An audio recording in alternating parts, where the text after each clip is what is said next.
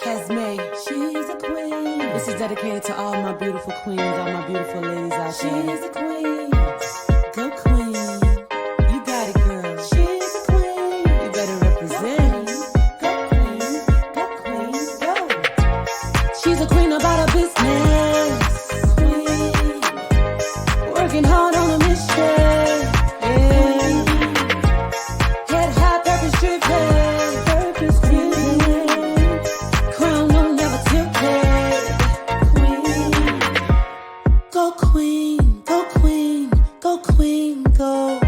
Represent, you're a queen, you're a queen, oh.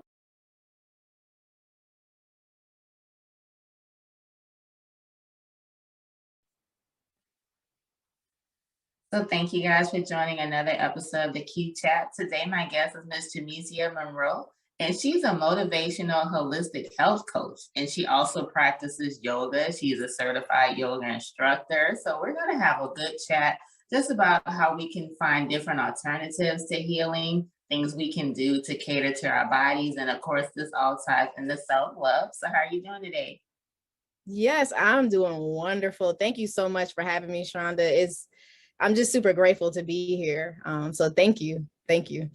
No, thank you. I know we have definitely been trying to link up for quite some time. So I'm definitely happy that we're finally making it happen. And I know, I just want to dive into what you're doing. I know, with your mission, you're doing a lot of things in an alternative way, relying on holistic healing, things like that.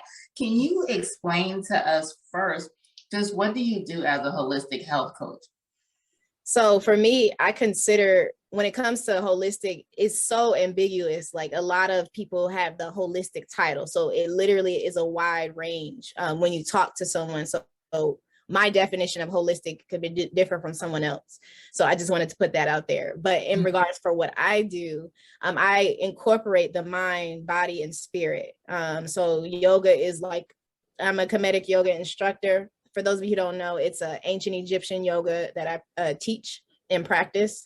So naturally, just by practicing yoga, it's the mind, body, and spirit. But on the other aspect of things, I also have a background in nutrition education. And so a master's in nutrition education. So what I've done was incorporated holistic health from a unique perspective. So I focus on chakra healing. And simply, it's chakras are energy, wheels of energy, our energy centers. We have 7 main chakras in our bodies. And so I've studied the area of chakras. So I incorporate the food aspect when it comes to our energy, the yoga aspect when it comes to the energy, and then also the fasting proponent of or aspect of the chakra energy and all of that. So I infuse all of that together to bring one person into alignment with self. And so I take that holistic approach with considering your mind, because your mind is a powerful thing, your body, what you put into your body and all of that. And then your spirit, what are you listening to? Who are you surrounding yourself with? What are the foods that you're putting in? All of these things matter. So I bring an approach that's known, but that's not really talked about a lot. So my goal, and I believe one of my missions in this lifetime, is to make uncommon connections common. And so that's what I do with my work, essentially. Wow.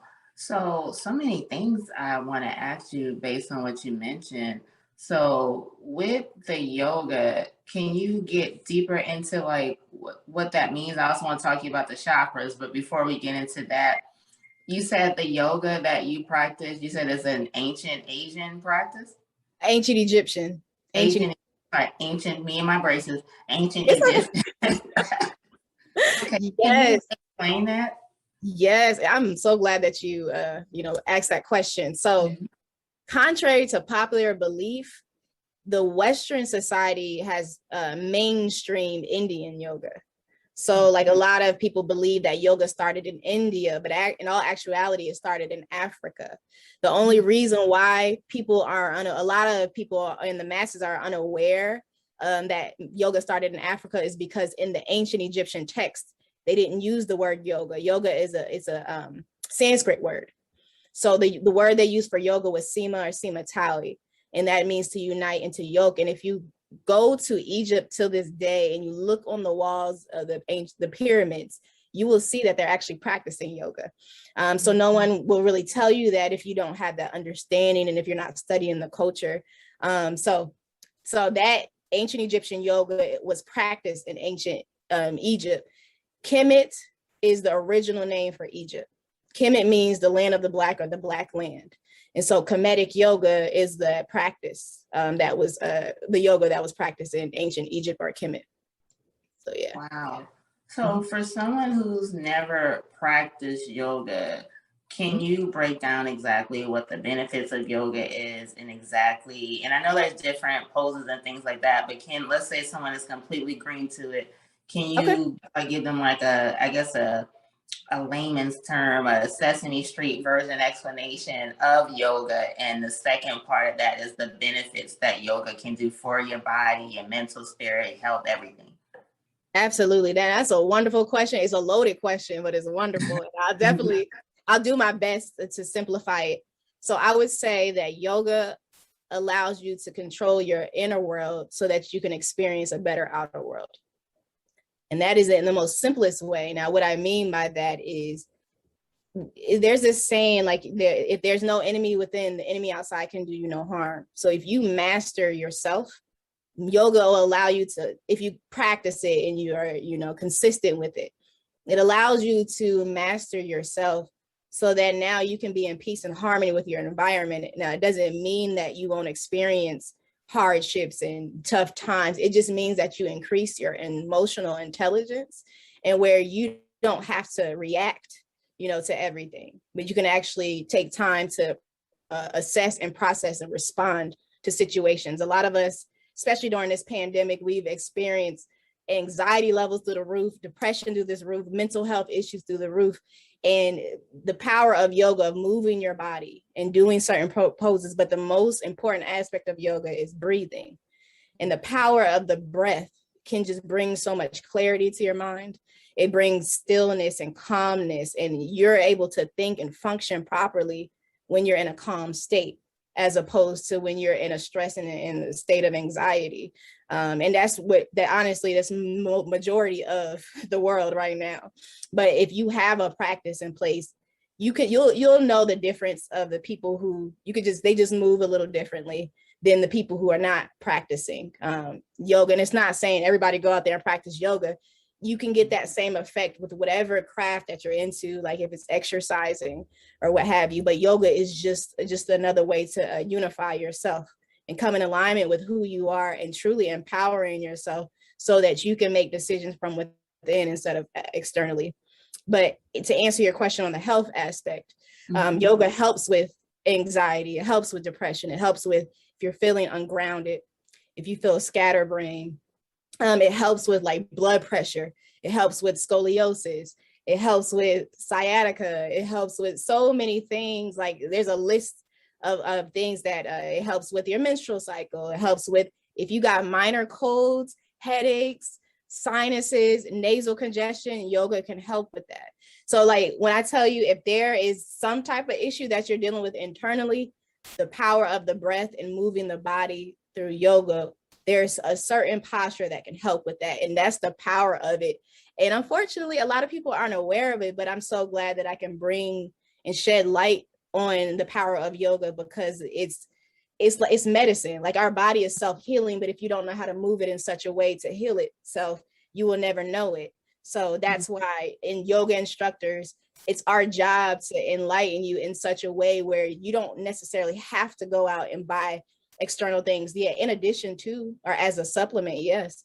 But your body can do the healing within itself. The intelligence of a body is so beautiful. And if we just know how to work it and understand how it can like help and benefit us, man, we would just be such a powerful people. But yeah, that's just in a nutshell, without going on a tangent. That is pretty much, those are the main reasons of why yoga is important, especially during this pandemic and what we're in, this chaos that we're in right now. Yeah, I would encourage everyone to try it out, go on YouTube, go to the nearest class, I teach classes, whoever, it doesn't matter, but just even try it out for yourself so you can get the experience without even just me just telling you, but you can get that experience yourself. So yeah. Mm-hmm. Yeah, I just think definitely with the pandemic, everyone just went through like a mental Yep. being, and people experienced emotions that they didn't know even existed. So it's definitely been a huge mental warfare, I would say, since 2020. And I know a lot of people do discuss yoga. I think a lot of people, not everyone, but some people have taken the next step to find different ways, like you said, to heal themselves or to gain some clarity, just taking their health more seriously and their mental health, things like that. How long have you been teaching yoga? Wow. So it's been 6 years. Six Okay. years. Yeah. So So, 6 years I've been teaching. I'm sorry. no, I was going to ask you, before you decided to teach, how long were you like practicing yoga? Interestingly enough, I did not have the normal yoga journey. So I Find your peace. The holiday season is here. Get excited.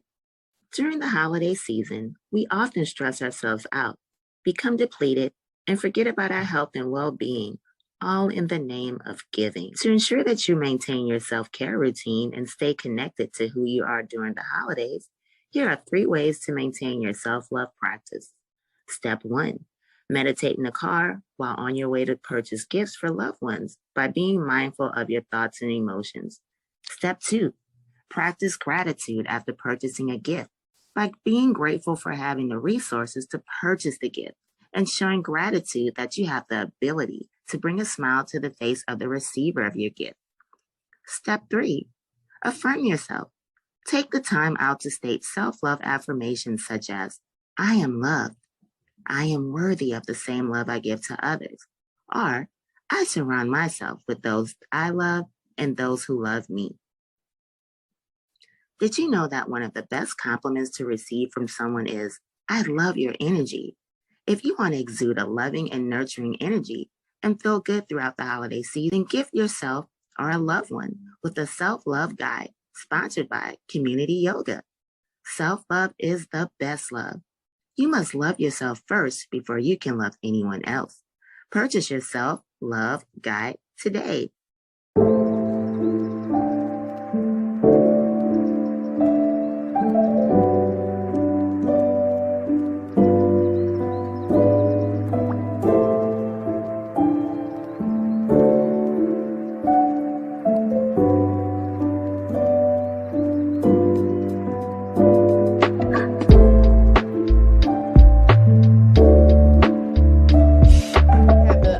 the normal yoga journey. So I've been practicing for 6 years. So my experience, even the story is like, off the wall. I was invited to a class and I did it. Now, mind you, I was new to yoga. I've heard about it. I've always wanted to do it. But I was invited to a gentleman who actually, unfortunately, rest in power. He passed away at the end of last year or this year. He invited me to this class and I'm like, okay, I don't practice yoga and I never even heard of Kemetic Yoga, a little bit, but I didn't know too much about it. So at the end of that class, it felt like something inside of me, like my spirit just came alive. And I was like, what is this? It was like, yes, finally. It was kind of like imagine someone stretching like, oh, finally we're up. It was kind of like that. So I came alive, couldn't really explain it. Then after that, I just left it where it was. And then I think about a week later, he reached out and said, hey, we have teacher certification coming. I said, whoa. I said, no. I said, I've never even experienced, I don't practice it now. He said, no, it's okay. You don't have to have the experience, just come, we teach you this. And so I was open to it. I'm an open-minded person. So I said, okay, I'll try it out. And very profound experience. It wasn't easy at all, especially not having a background, but we had to do yoga. We had to practice every single day for 100 days straight. Is an equivalent of practicing yoga for 2 years when you practice 100 days straight. And I'm telling you, life happens. So like when you make a commitment to something, and that's just with anything, you're going to be tested with life. All of these issues are to come, and you know what I mean? Like going through like breakups and school and challenges and deaths and all of these things. And you got to make it in your mind, body, and spirit that you're going to remain committed to something that you said that you're going to do. So it created a sense of discipline and inside of me to complete it regardless of what was going on around me. I would do it all over again. But so that's how I got into the journey. And since then I've been teaching. And I always felt like I was called to teach. I just didn't know how, but through yoga, that's my outlet. So it's like, I necessarily felt like I was like birthed into this, you know what I mean? It found me. Like, it sounds weird, but I do say it a lot. I didn't find yoga, yoga found me. So, you know, and that's what I believe. And I'm meant to teach in such a way through that. Yeah. Wow. Now, something else that I looked at regarding your information was that you did a 62-day master liquid fast. And I know a lot of people are doing intermittent fasting, things like that. And fasting goes back, you know, long history of people fasting for so many different reasons. So can you talk about your 62-day fast and what were the benefits of it? Yes, that was something serious. But so my ultimate reason for fastings for 62 days was, I recommend, let me take a few steps back. Anytime that you feel like you're not in alignment with yourself, with your purpose, your career, with a significant other, a marriage, family, what have you, whatever you are a part of, when you need that reset, I would recommend fasting, because fasting, it allows you, in a way, it strips you of yourself and all the things that are holding you back and everything that's like the habits that you've created. And it's like that reset that you need. It's like, okay, let me let go of these things that are not favorable for me right now. And let me look at myself at the core, like at the strip of like my soul. You know what I mean? It gives you a level of vulnerability and honesty and clarity of where you are, who you are, or who you thought you believed yourself to be, and who you truly are. And so I believe that that's the fasting. My goal was to starve my flesh and feed my spirit to become stronger in my spirit, because if I know that I have a strong spirit, I cannot be wavered against my goals, you know, my purpose, my business, just whatever I find myself involved in. And within 62 days, I've strengthened my spirit like I've never strengthened before. Like when I tell you, like it's a deep, profound trust in myself and my guidance. You know, I believe we're all guided. We're all being led and guided, you know, in this journey called life. And when I tell you, I've had so many revelations and epiphanies and just clarity, the level of clarity and strength that I had within myself was just beyond me. It was amazing. But I did it intentionally to take my business to the next level. I've been on the journey, and, you know, I felt like, you know, I just wasn't necessarily where I wanted to be. And so I told myself, the thing that I realized is that I was lacking discipline in certain areas. So I told myself, if I can complete a 62-day fast, and I know that number is very specific, and I'll get to that. If I can complete a 62-day fast and create such high level of discipline within myself, then that means I can achieve anything that I put my mind to. But first, I have to prove to myself that I can get through these 62 days. And I did. And so because that, now I know I can achieve anything that I want, because the secret to life and to the secret to winning to life, at least what I found within those 62 days, was discipline, self-discipline. When you are self-disciplined, you can find love or attract the love. I believe that we attract things we don't find or, you know, seek, but they come to us at the vibration and frequency that we operate on. You can grow your finances and your business, your money. You can, you know, increase your self-esteem, your self-worth. You know, you can, whatever it is, you can grow your business, because you have to have level of discipline to have those things. In order for you to have, you got to operate in that frequency and vibration and be disciplined within yourself. And so I believe that is the true secret of life.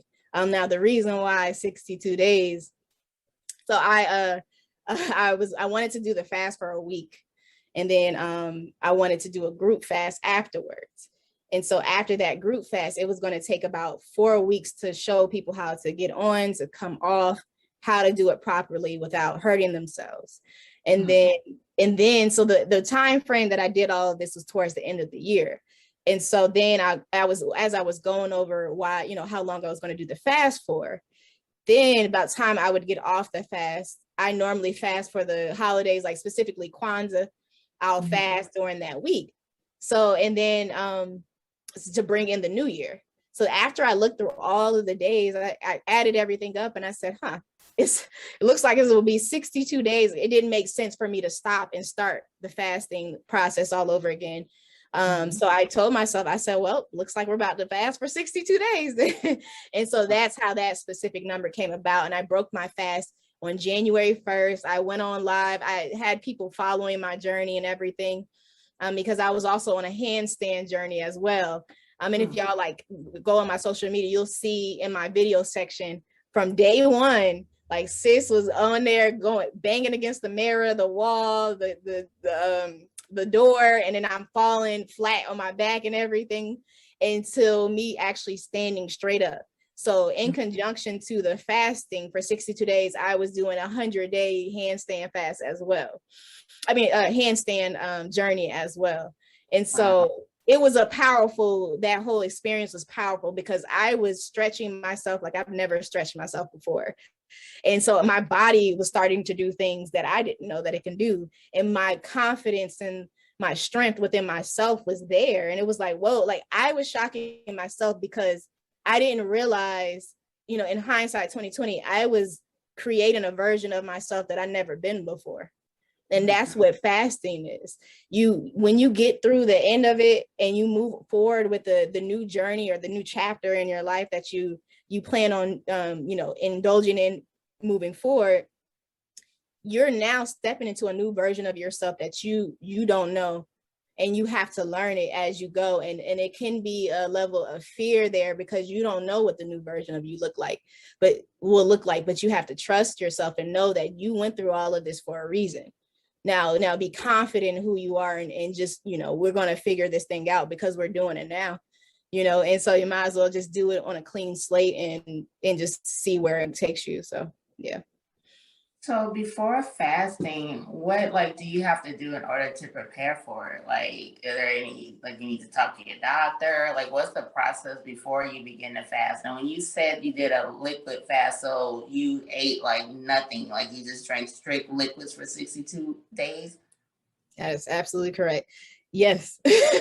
So to answer your— Hi, it's your girl, Danny Parks. Listen, if you are having any type of suicidal thoughts, if you're having any type of mental health crisis, I want you to dial the new suicide hotline, 988. That's right. It's only 3 numbers and it's 988. You can call this or text it to be connected to a crisis counselor where they can help you through your situation in that moment. Once again, that number is 988 and that's it. All right. I'll see y'all later.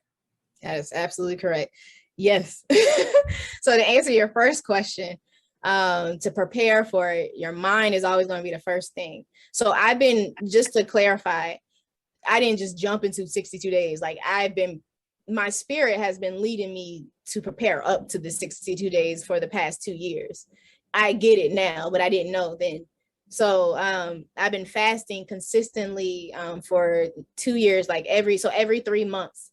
I will do a 7-day fast. 7-day fast. Maybe some days sometimes it would be 8 or 9, but for the most part, 7 days is the average time frame. And the reason why is because I actually, my fasting technique is, which I do and I teach, is specific towards the chakras. So I dedicate each day to the chakras because I isolate the healing aspect to it. And I know that's another topic within itself, and we can talk about that if you want. But so 7 days is the actual day, and I was doing that. My first experience and my last experience of fasting thus far has been transformational. One thing I did, so for my first experience, which I would love to share because it's profound, and it's fitting. But so the 2020 hit, pandemic, all of that hit, so much happened back to back. My cousin passed away from a seizure. He was like a brother to me. I have a twin brother, so we considered him to be our third twin. All of these things were happening. The pandemic hit. I was in school getting my master's, and I was falling behind because of all the emotional things I was dealing with, relationship issues, just all of that. And then friendship issues, not feeling appreciated in friendships. Then we're at the height of racial injustices in this country. And all of these things were like hitting back to back. So I hit rock bottom, and I was also dealing with health issues. Mm-hmm. So I had, and this is the honest truth, I had cysts on my ovaries, non-cancerous cysts on my ovaries. So my menstrual cycle will last for 3 weeks at a time. Mm. So that means, and what I come to find out was that I will have my menstrual cycle, and then my cysts will bleed on their own. So that means that I'm only off for 1 week. And so I'm naturally like having issues, and my confidence and self-esteem is low because now I'm having issues in my relationship because I'm always on my menstrual cycle. So then now it made me feel less than as a woman. Mm-hmm. And so I'm going through all of these things, hit rock bottom. After meditating one day, it came to me that I needed to fast. And so I went on the journey. So to answer your question, the mindset. So I had to mentally prepare. So I'm like, okay, what do I need to do? I said, okay, if I'm gonna do this, I'm gonna do this thing. So I reached out to everybody. Mind you, I allow my spirit to lead me. I reached out to everyone that I talked to on the normal, that I would normally talk to. And I told them, I said, y'all, I'm about to fast. Y'all not gonna hear from me, but just know that I'm okay. Like I literally told everyone that, and they're like, okay, cool. I said, I just need this time to myself. I was getting into the mindset, like, I had to wean myself off of the food. I was preparing to make sure I had everything that I needed. And I just locked myself in my home, in my apartment. And I got, like, when I'm telling you I was led to do these things. I journaled out of 5 different journals. I vlogged 5 days after it was getting tough. So I couldn't make it through the last couple of days, but I vlogged majority of it. And I was like, I don't know why I'm doing this. I get it now. But so when I say I had the transformational experience, it is an understatement. On one of the days, all of my like traumas and my wounds came to the surface that I didn't even know that was there. We don't even realize how heavy we are walking around until you actually you look yourself face to face, you look at your shadows, your demons, and your trauma. That's a scary thing to do, but I decided to go there. I wanted to dig deep to see, what do I need to do to purify and renew myself?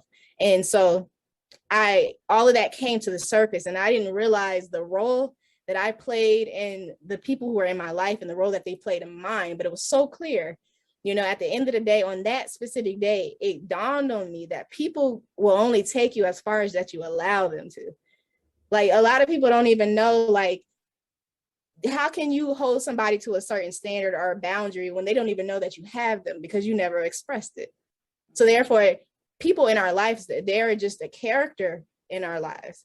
But everything at the end of the day, we have to take responsibility for the acts, the choices, decisions that we make, because it's really all on us at the end of the day. Now, granted, trauma and all that stuff that's have happened, I don't justify any of that, but it's not it's not our fault that trauma happened to us, but it is our responsibility to heal from it. We can't keep operating from a little girl or a little boy state of mind in a grown body, because there's a lot of us that's walking around like that. So that was on one day. Another day, I lied to you not, I spent years trying to figure out how to get rid of these cysts and to eliminate them. My gynecologist told me that I had to get a procedure. It's like a procedure was like the only way. And I asked for a holistic or alternative way, and it was not given to me. But in my heart, I knew, like, it's like not something, but my spirit was like, no, like that's not the truth. There's another way. So I was like, I told myself, I'll dedicate the rest of my life to figure it out, but I'm not getting the procedure. And so I went on a journey for years and deepened my knowledge and, education on like how to do this. So long story short, on the fasting day, I went to the restroom. These crazy looking things came out of me. I said, oh my gosh. So I Googled Google just to make sure. I'm like, before I got too excited, just to make sure like what I'm seeing. And I saw that my cyst came out of my body. When I tell you, I jumped up and down, I cried. It was the happiest day of my life. Like it felt like I was like in a movie, but it, you know, it was so surreal to me, and I just kept crying and crying. And I still get emotional about that part, but because it was like, finally I found the answer to my, you know, to my that issue. So that was on one day, and on another day, I experienced another level of peace that I never experienced before. Like, I believe, especially because I teach the chakras, what you deal with internally manifests in your external environment. So if you have chaos internally, you best believe the best way to figure out, to determine how your life is to look at your environment, look at who you surround yourself with, look at your home. And believe it or not, how tidy is your home or how untidy it is what is telling you what you're internally dealing with. Look at the music that you listen to, all of the things, all of this is seeping into our energy, you know, and it's impacting our state of mind. And so I experienced a level of peace I've never experienced before. It was like I was in complete harmony and ebb and flow in life. And I said to myself out loud, because I never experienced, but I get it now. So in yoga, it would be considered like experiencing enlightenment or bliss. That's the level of peace that I had. It was like I was in an enlightened state. And at the end of the fast, I realized, as powerful, and this is so important to women, to Black women. I focus on Black women healing, but like just women, it's Women's Month. It was the first time in my life that I actually experienced what true love for self felt like. I never realized that. I actually took that time to take my power back, because I was a people pleaser, and I wanted to perform for love just to get it back in return. But I realized that was the wrong thing to do. And I was not taught how to properly receive and give love. So when I taught myself through experimenting through that fast, I realized, wow, this is how it's supposed to be. You fill your cup up and then you pour from an overflow, you know, but we're so used and we're taught as a trauma response to pour from an empty cup, and that's impossible. And we know that. But so it caused me to, at the end of that fast, I was inspired. I quit my corporate job. I expanded my once yoga business into a holistic health business based off of the ancient teachings of the fasting and that liquid fast that I went through, and incorporating the yoga aspect to it. And so since then, and, you know, I've been on the journey of evolving and expanding the business in that ways, and different ways of how I reach my market. But so that's the journey. In the first fast experience that led to me fasting for every 3 months, which eventually led up to the 62-day fast, to have a transformational experience like never before. Wow. It's something that you said that, because I actually am experiencing something similar where I was told I needed to have surgery, and that was the only way to, you know, deal with some particular issues I'm having. I have cysts, fibroids, you name it, you know, and I actually had the surgery scheduled, and like the week of, I was like, you know what, I don't want to do this, you know, and it was different reasons why I chose not to.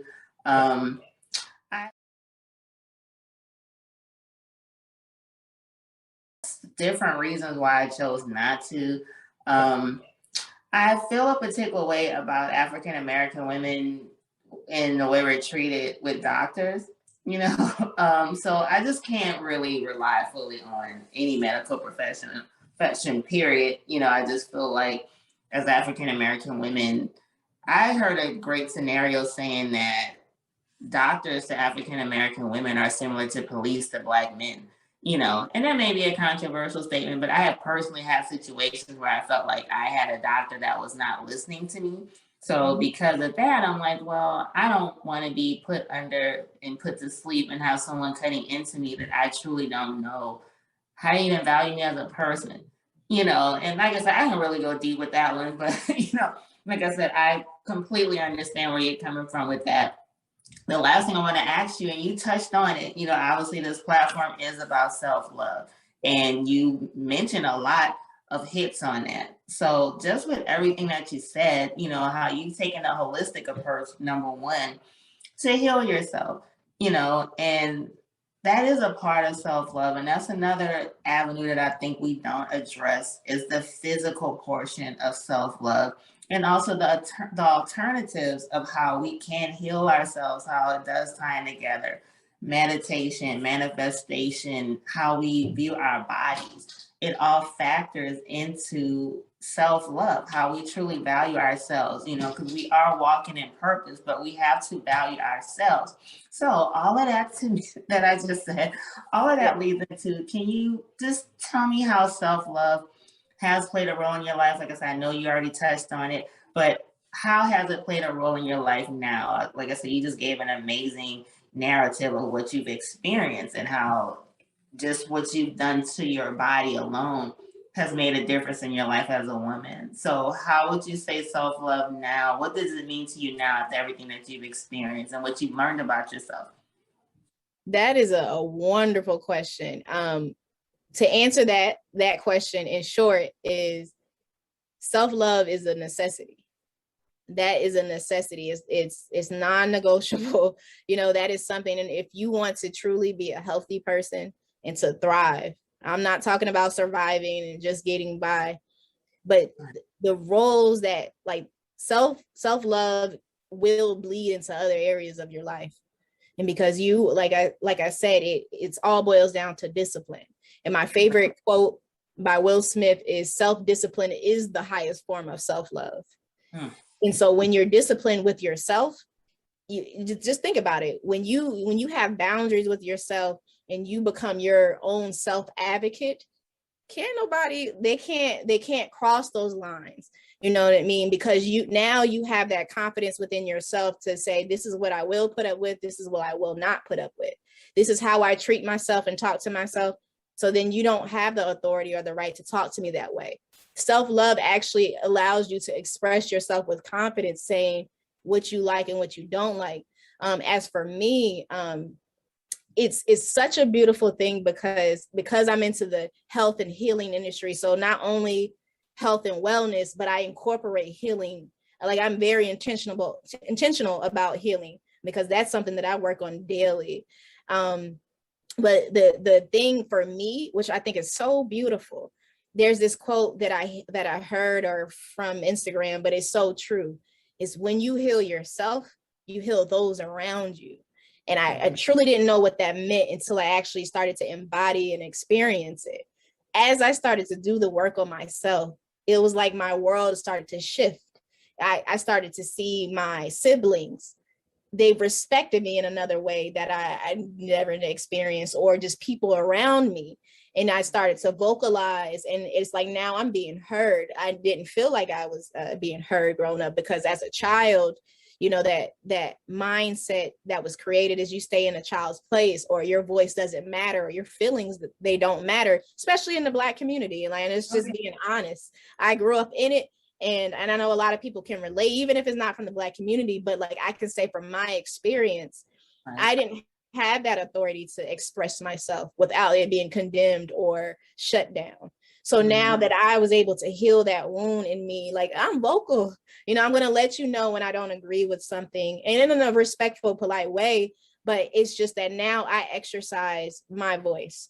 And I exercise my boundaries now. And so I had to learn to grow out of that childlike mindset in trauma that I was in, and to actually grow into the person that I truly am, and to start to advocate for myself. So self-love in that regard has been a beautiful thing for me, because now that I can be the example for my family members is so beautiful, because now I see them vocalizing and expressing themselves and creating boundaries. And I'm like, wow, you know, I'm not saying that like I'm the one that made them do it, but it's just that when you lead by example, you empower people. And I didn't realize that I was doing that. So I started to empower people around me.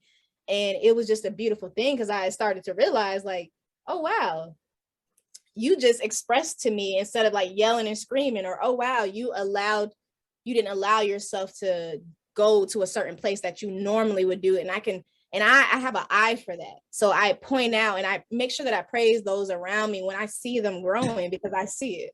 So for me, it's a necessity, because if I can continue to heal myself, I'll continue to heal those around me. Even if you don't know me, I will operate in a state of healing and constant healing, so that you can see something within me, just to see that it's actually a reflection of you. So, yeah. Wow. Like I said, I've been there, done that, everything you said about these siblings. I'm still on that journey, because I just feel that that's something with our culture, unfortunately, having your voice stifled. And it does take healing. It takes breaking yourself into different parts to fill in those wounds so that you can move forward. And you're right, when you start walking in a particular light of healing, it's like a person has to respect you. Either they're gonna respect you or they're just not gonna deal with you. It's like, but you just really hit a lot of points. So like I said, thank you so much. You really broke down a lot. I definitely would love to talk to you again. But before we end everything, tell everybody how they can contact you. I know you mentioned your Facebook group and Instagram. So tell everybody how they can connect with you. Yes. So on Instagram, I'm Kemunity Yoga, and it's spelled KEMUNITY Yoga. It's a play off of Kemetic Yoga. On Instagram, Kemunity Yoga, or Jamesia. I have on my Instagram side, I have a Jamesia Monroe, and that page is specific towards healing for the Black woman. I do have a heart for making sure that Black women heal, because we're considered the bottom of the barrel in this society. But it to me is just backwards, because I believe that society knows that we're actually powerful people and powerful women. So the most radical thing that you can do is make powerful people feel less than, because if they truly recognize their power, then they will wake up and then make things shift. We know that the Black woman has the highest consumerism or buying power, in our society. So let's think about it from that perspective. So if we can shift our mindset in that way, and I can restore your self-worth, your value, and the love for yourself, we can make things shape in the society. So I do have a heart. One of my purpose and missions in this life is to help bring healing to the Black women, mentally, physically, spiritually, and emotionally. And then also on the yoga side, Kemunity Yoga, just teaching and educating from the Kemetic perspective of what it truly is, and just to bring it to the forefront, to let it be known. I believe that I believe in, so I'm into like numerology. My life path number is 7. The 7 is the seeker, the truth seeker. So I'm meant to teach. I'm meant to teach, and to teach the truth, because I seek the truth. And when you know the truth, you have to reveal it. And even if it's like receptive or received or well received or not, it really doesn't matter, as long as I plant those seeds and for people to understand what really is true. And so I move through that truth through Kemetic Yoga, Kemunity Yoga. So yeah. So you can find me on those pages. You can email me at community, KEMUNITY.yoga@gmail.com if you have any questions on that aspect, or Jamesia Monroe, or info@jamesiamonroe.com for any other questions in regards to the Black women aspect, or just any questions you have in general. So yeah. Thank you so much. This was worth waiting for.